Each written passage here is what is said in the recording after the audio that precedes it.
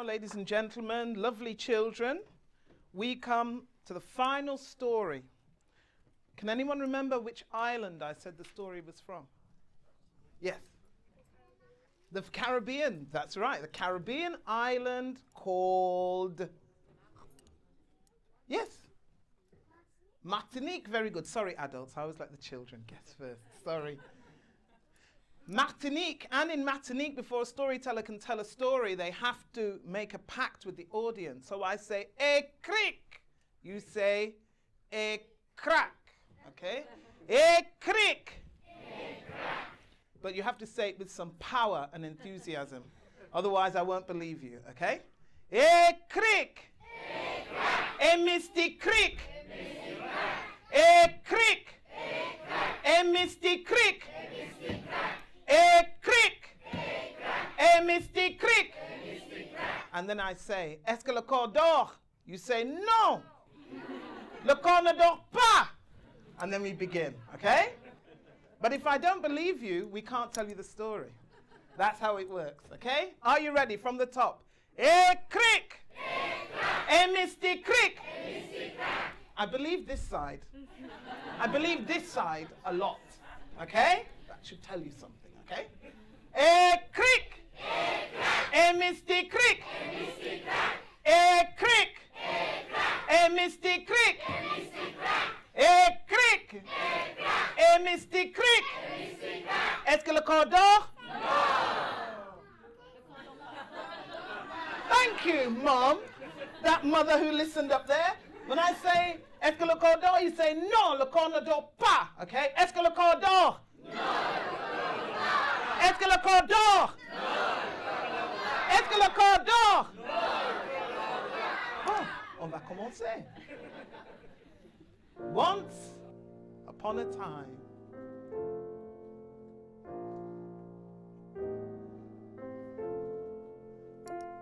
on the beautiful Caribbean island of Martinique, which some call the Pearl of the Caribbean, there was an old lady. She hadn't always been old. She was once young and strong. She had once been young enough and strong enough to climb any tree in the forest, pick any amount of fruit, any amount of vegetable. Her fingers were once strong and flexible enough so that she could tend her own kitchen garden. She was so strong and healthy that she could stand waist high in freezing cold water and catch those elusive fish called zabitons with her bare hands. But now she was old. Her fingers were feeble. Her husband had died many years before. Her children stopped coming to visit. She barely ever saw her grandchildren. She couldn't climb those trees. She couldn't tend her kitchen garden. She couldn't catch those zabitons. It had been so long since she sunk her teeth into a juicy piece of chicken. So long since she'd had some nice fried fish.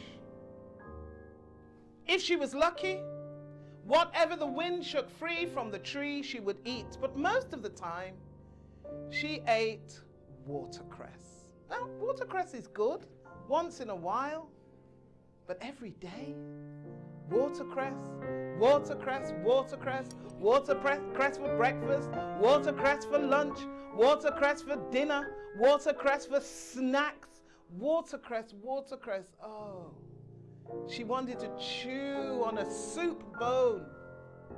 She wanted to eat a nice, juicy fritter. But it was watercress for her. Watercress and memories. One day, the old lady was sitting by the river, thinking about her dead husband, about her child, about her grandchildren, when she noticed something fluttering in the bushes.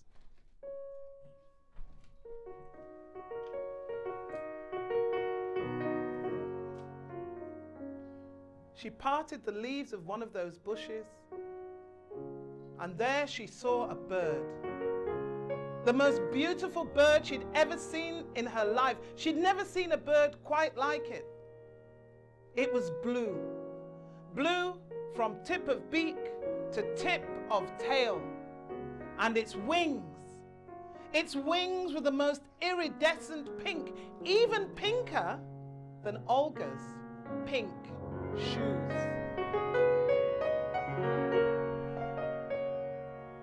The old lady noticed that as the bird tried to take off, it landed heavily. Its wing was broken.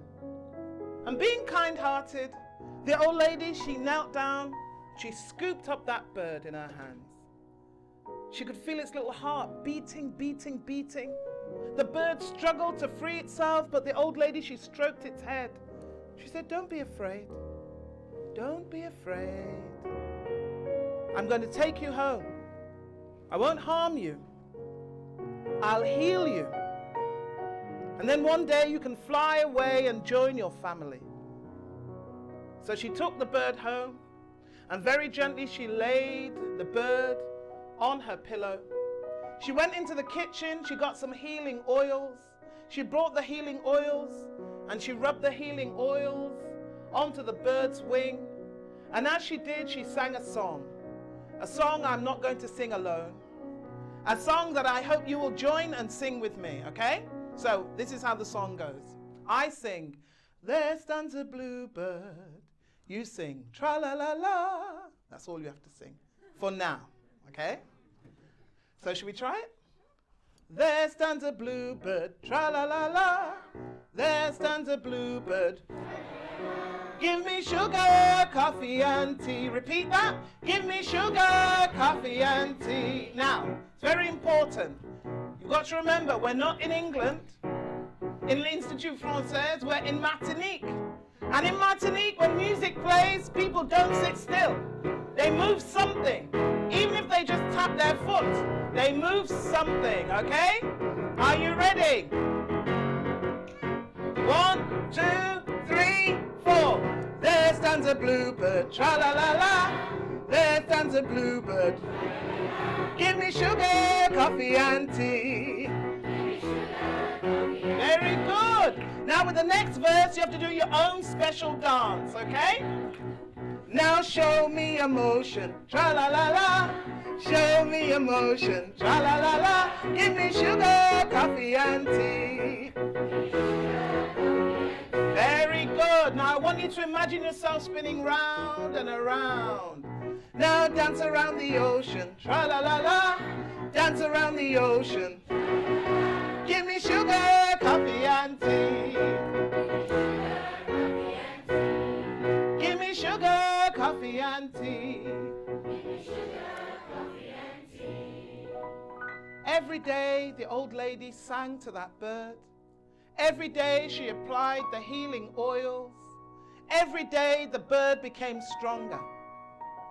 And one day, after 7 days of singing and healing, the old lady was in her kitchen making watercress soup when something fluttered above her head.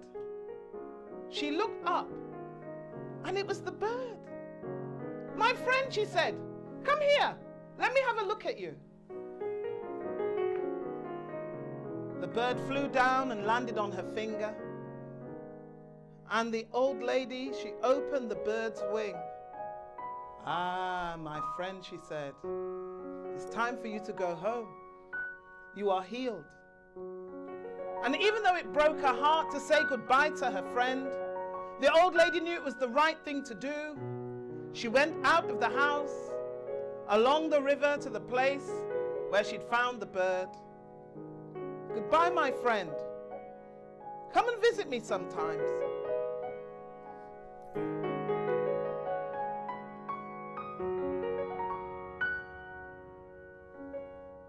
The old lady plonked herself down by the river, tears streaming down her face. Her friend had gone. But as she sat there weeping, she heard a fluttering above her head. She looked up.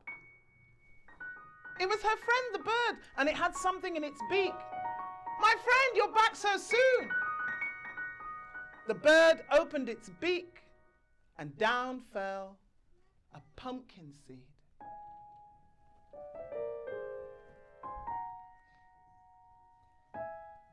The old lady picked up that pumpkin seed, and it had been so long. It had been watercress, watercress, watercress. I could take this home, I could roast it, and I could eat it, she said, but it's probably better to plant it. So she took the pumpkin seed home. She made a hole. She dropped the pumpkin seed into that hole. She covered the hole. She added water. "Thank you, my friend," she said. "I'll take good care of it." Every day she spoke to that pumpkin seed. Every day she added water. And every day it pushed its way up and up and up and up and out of the earth. First shoot. After the first shoot came the first fruit. And those curling, whirling vines that rolled along the earth. That pumpkin grew bigger and bigger and bigger and bigger until it was fully ripe.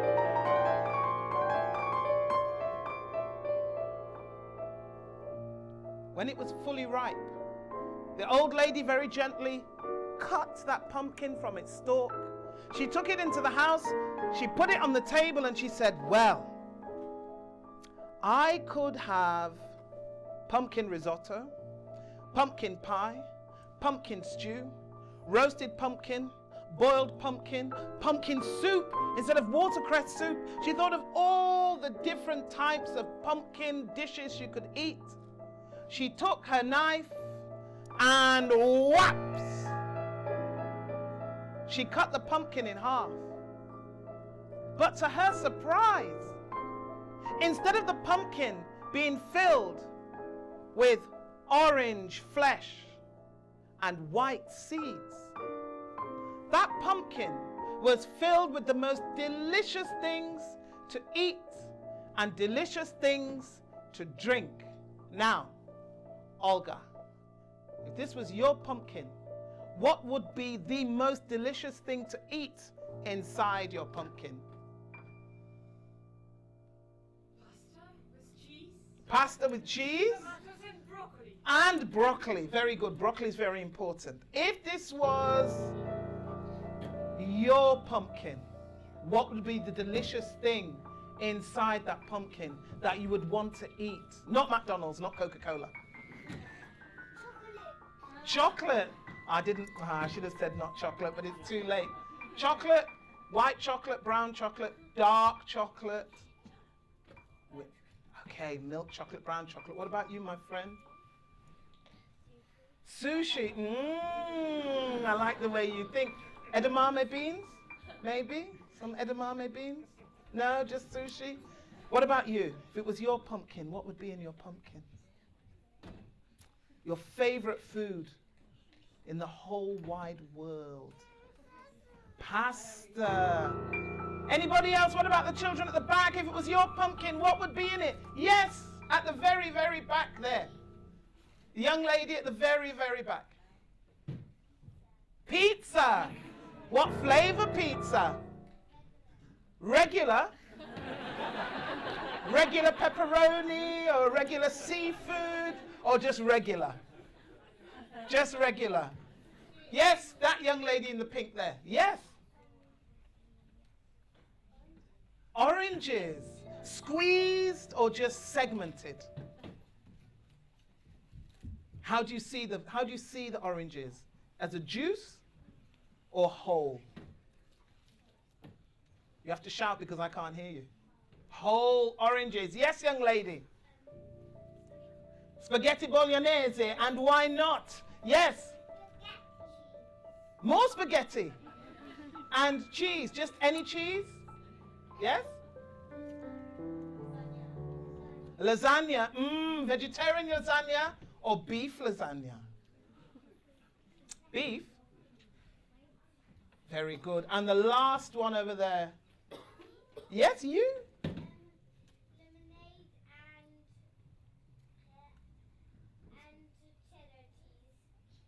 Lemonade and cheddar cheese and lemonade. Nice combination.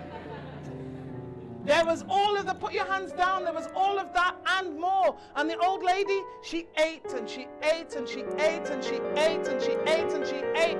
She ate so much that she had to undo the button at the top of her skirt, which she hadn't had to do for quite some time. She sat back in her chair. Oh, she said, what a feast. And it was then that she realized that she'd only eaten the contents of half a pumpkin, and there was no fridge. She had to share the pumpkin with someone. Then she remembered someone. She remembered her neighbor. Now I should tell you about this neighbor. Most neighbors are nice neighbors. Most neighbors, you can go around and ask for a cup of sugar, they will give it to you, won't they? If you kick the ball over the wall into their garden, they'll let you go and get the ball, won't they? Yes, they exchange Christmas presents and cards, don't they? Not the neighbor in this story. The neighbor in this story was very mean and she was very nosy. And she was very conscious of the fact that our nice old lady did not receive visitors. So when the nasty neighbor saw the nice old lady coming, she opened her door and she said, "Oh, what are you doing here? I haven't seen you for a while. My son came to visit me yesterday. Did yours come and visit you? Oh, never mind, what a shame. When was the last time you saw your granddaughter? Oh, never mind, what a shame. What's that you've got there?" The nice old lady told her everything. She told her about the blue bird. She told her about the gift of the pumpkin seed. She told her how she'd planted it, how it had grown, and how it was a magic pumpkin, and how she'd come to share some of the food with her. "Ooh," said the neighbor, "thank you." But even as she was eating the contents of that pumpkin, she was complaining to herself. She was saying, "Why should I have her leftovers? I deserve my own pumpkin, don't I? I can find a bird, can't I?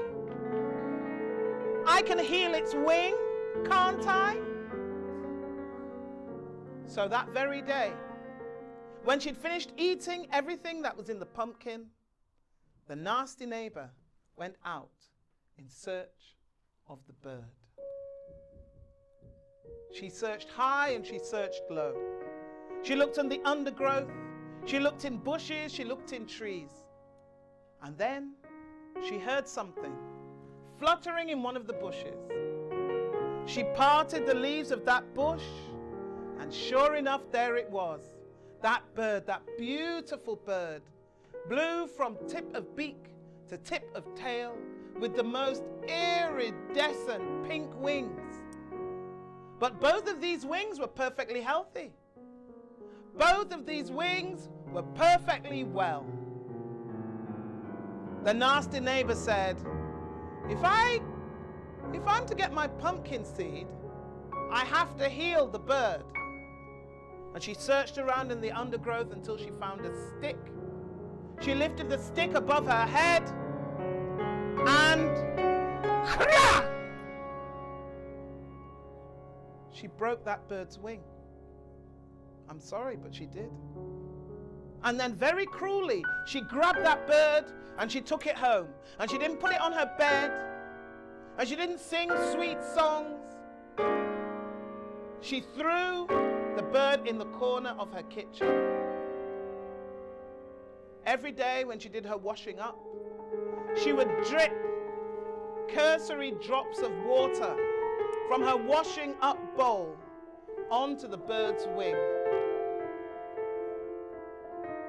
She ran out of patience after 3 days and 3 nights.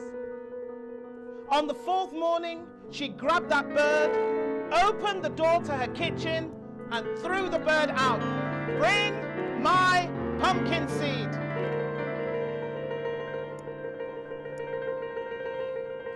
The bird's wing wasn't completely healed. It took a while, but eventually it took to the air and it was gone. It didn't come back that day, nor the next day, nor the day after that. And each day, the nasty neighbor, she went out and she searched the skies. On the 4th morning, as she was standing there tapping her foot and complaining about the bird, she heard it fluttering above her head. "About time," she said. "Where's my pumpkin seed?" I know, she got no manners. The bird opened its beak, and down came the pumpkin seed. The nasty neighbor grabbed that pumpkin seed. She ran back to her house. She made a hole with the heel of her shoe. She threw that pumpkin seed into the hole. She covered it up. She didn't speak encouraging words. She didn't water it lovingly every day. In fact, I'm sorry to say this, but every morning when she woke up, she emptied the contents of her potty onto the pumpkin seed. Well, they say manure is good for growing things.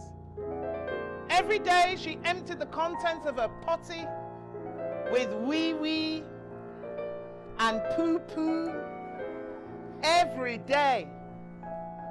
It still grew. First shoot, then first fruit. It grew bigger and bigger and bigger and bigger and bigger. It was 3 times as big as the nice old ladies. And when it was ready, the nasty neighbor, she took a knife and she cut that pumpkin from its stalk. She took it into her house and she put it on the table. She imagined all the delicious things she would find inside. She lifted her knife and crack! Oh! Instead of delicious things to eat and drink, creepy crawlies, wiggly worms, snails and slugs, scorpions, mosquitoes, cockroaches, millipedes, centipedes, daddy longlegs, lizards, everything came sliming and crawling up out of that pumpkin shell and up that horrible neighbor's body, and she began to run.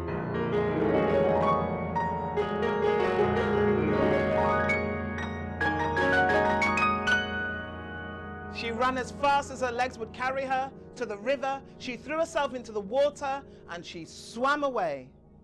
And as far as I know, she's still swimming now. As for the nice old lady, she had a visitor.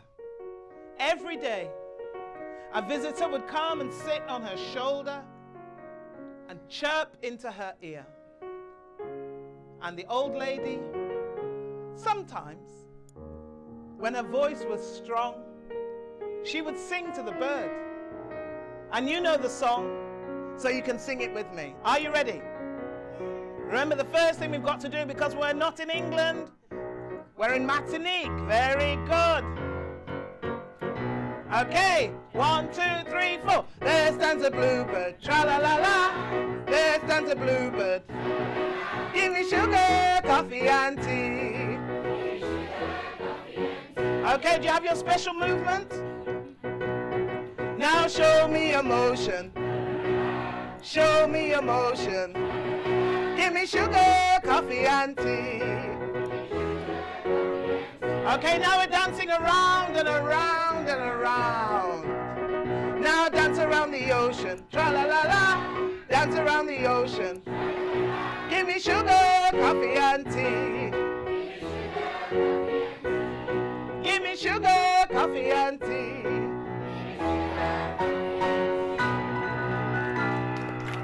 Thank you. Olga Jegunova.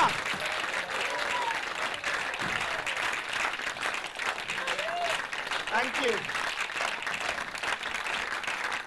Thank you very much. One more. All right, 2 more. Thank you, and a round of applause for you. Thank you very much. Thank you. Oh, they're clear. Oh, how exciting. Oh, thank you. Thank you so much. How kind of you. Thank you.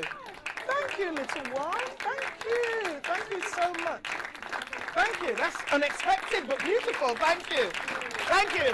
One more round of applause for Olga. Thank you. Let's go.